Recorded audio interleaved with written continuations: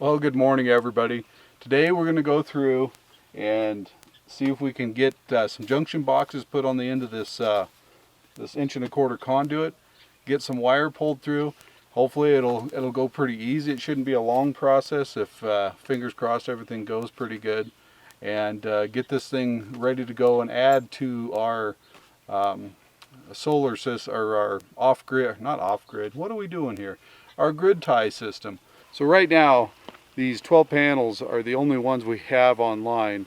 They're producing, midday, I want to say right around 2,500 watts. Now on cold days, when I first installed this is putting out slightly over 3,000 watts midday. I think we installed this, April-ish, and it was pretty cool. So you get more efficiency out of these panels when they're cooler. So we're hoping to get that other one online and improve the system even more.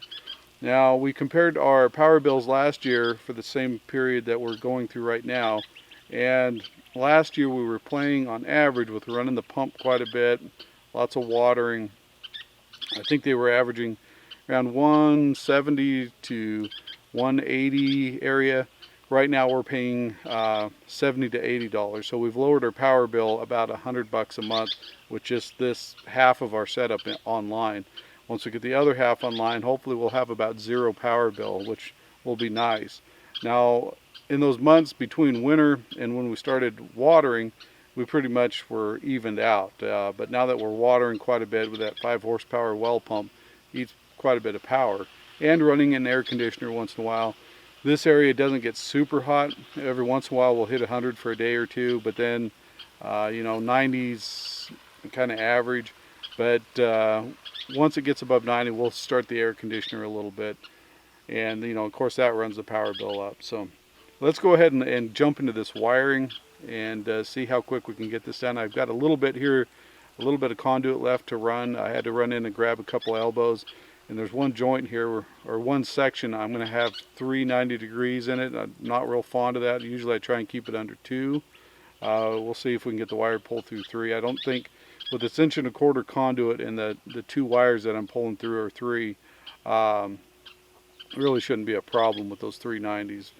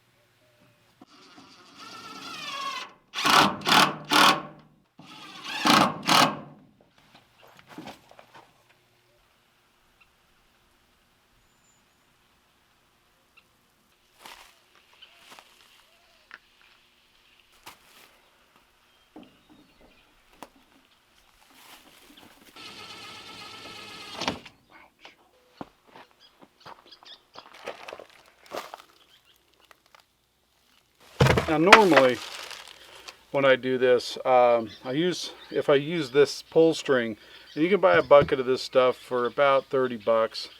This one has 6,500 feet in it, so it'll last you a long time. But if I use this stuff,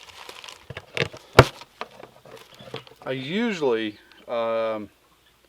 use some black foam, that like packing foam, that like instruments, stuff's real sensitive come in. Usually cut about a 1 inch. It depends on the size of the conduit, but for this size, maybe a 1 inch long slug of that stuff.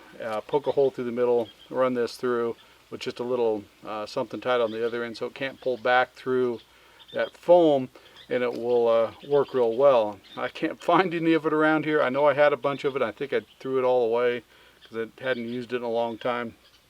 So plastic bags work pretty good for this next process. If you're using mason string, plastic bags work fine. It just sucks it right through there. I'm not sure how it's going to work with this stuff. It's quite a bit heavier than mason string, but we'll give it a try. If not, I'll have to go dig out the mason string and use the plastic bag with that. But normally you can just tie it around. Sometimes electrical tape works pretty good for this too. I'm just going to tie it up, make a slip knot in it. And I found one thing ever since the table saw accident, and I still don't have any feeling in my end of my thumb. It makes it really hard to tie knots and stuff. It makes it really interesting working on a tower when you're trying to reach down and undo a carabiner. And I didn't realize how much you go by feel so much of the time. And when you can't feel your thumb, it makes things rather interesting. This might be too big. We'll give it a try. See if this works.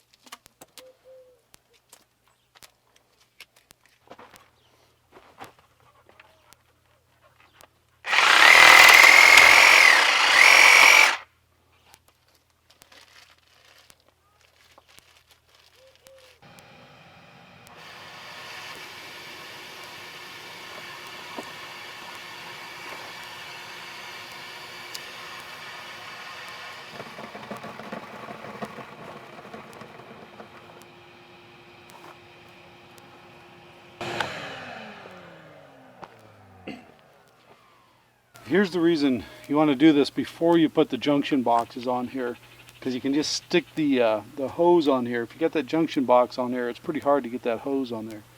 But like this, it works pretty good. The other thing, make sure you tie this up so you don't accidentally pull it back in.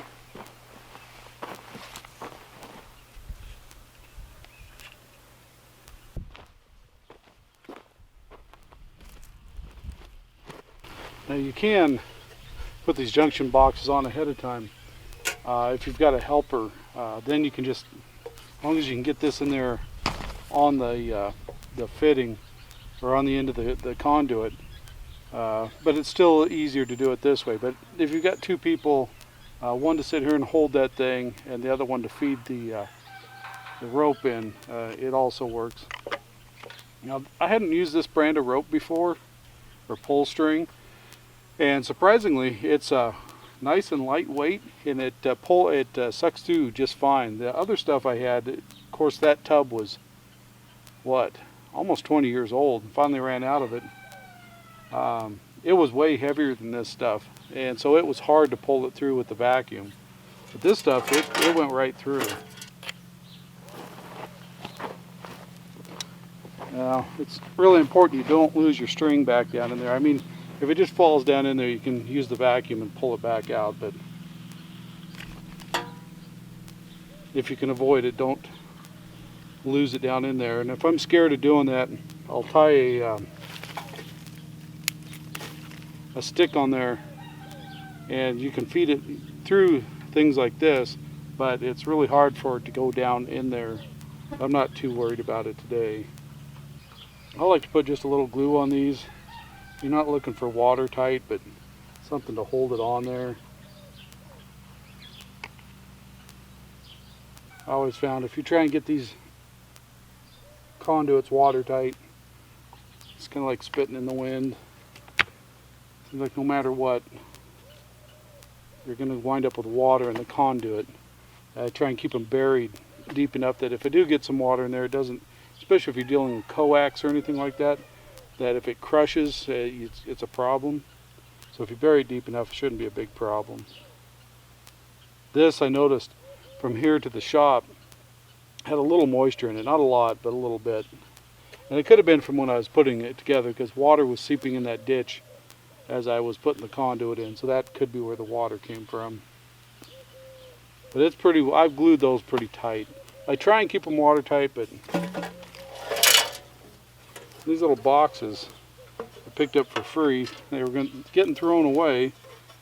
Some solar controllers came in them, really old ones from back in the 80s. They were getting chucked, so I said, hey, I'll take those off your hands for nothing. And the reason I put a junction box right here is I've got plans to do some things down the road, and I wanted a way to break this open here and pull wires out right here if I need to. Otherwise, this would have been a lot easier with just a straight run over to the shop. And dumb me, I forgot to put a post in here first.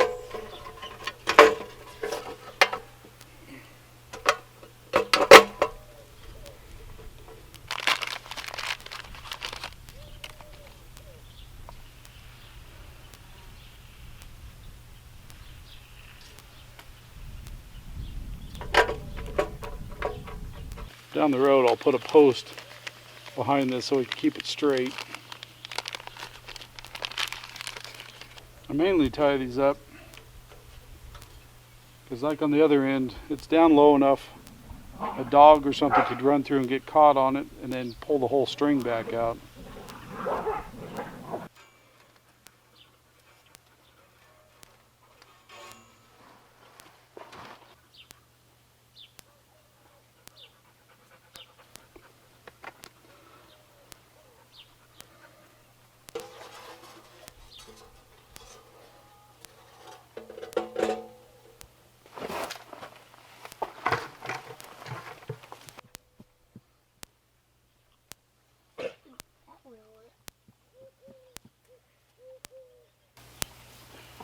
Okay, you know your job. Yep. Feed it in. Pull it. See? Hold on. Okay, go. I want to just have to do that.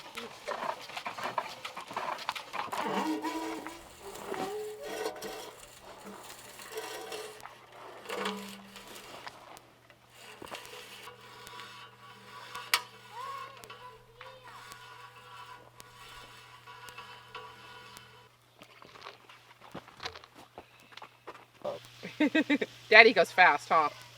The best way, bud, if you put your hands like this around it and don't put it tight and just let it slide through your hands. Your hands are going to look like mine, but that's okay. Oh, we're going. Hold on, hold on, hold on. Stop. Give it back. Okay, go.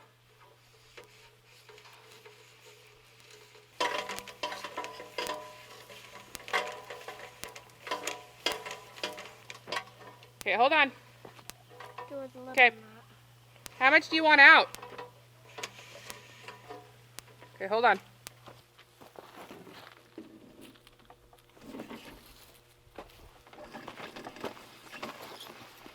Uh-huh.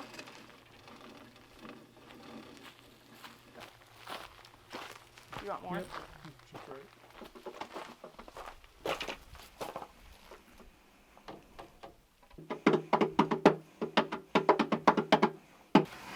I hear it coming. Made it. Almost out. Yep, got enough. Well, for whatever reason, I did not get the ending of that recorded, but the system hooked up fine, no problems at all when it came online. And we went from producing about 16 to 20 kilowatt hours per day, depending on the temperature of the day and the sun, to anywhere between 32 and 40 kilowatt hours per day. Now that's on sunny days, of course. If it's cloudy and so on and so forth, it's obviously lower than that. But we're pretty much producing what we consume. Last month there, we were a little bit over that because we were running the well pump so much and some air conditioning because it was pretty warm.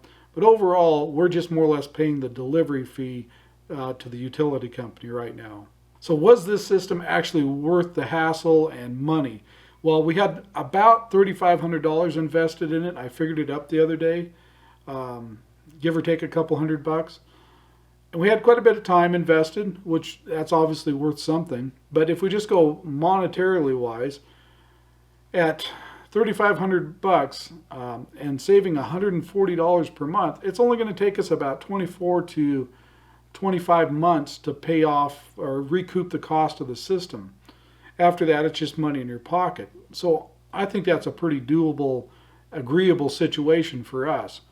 Now, I've thought about installing a bigger system or a second inverter with more solar panels, and the cost would increase quite a bit. I scratched all that out on paper, and I just could not make it make any economic sense for us at all. And here's why. Our power company, they charge us 7 to 8 cents per kilowatt hour when we buy power from them. If we sell power back to them, they only pay us 2 cents per kilowatt hour. Now, say I'm producing an extra 30 kilowatts per day by adding a second inverter, just like the system I've got. We'll keep the number right at 30 just to make the numbers simple. So we're producing an extra 30 kilowatt hours per day to sell back to the power company. They're going to pay us 2 cents per kilowatt hour. That's 60 cents a day we're going to get from the power company. Now, for a whole month, say a 30-day month, that only equals out to $18. Now remember, the power company also charges a delivery fee, and I don't remember the exact amount, but I'm just going to say it's $60 a month. Delivery fee, whether you use any power or not, they just charge you $60 a month. Just to recoup that delivery fee, before thinking ever about getting a check from the power company, we've got to cover that delivery fee of $60 a month. So how much power would it take to cover that? Well, roughly, you're talking about 3,000 kilowatt hours per month that I would have to produce just to cover that $60 delivery fee. That equals out for a 30-day month about 100 kilowatt hours per day that I need to send to the power company.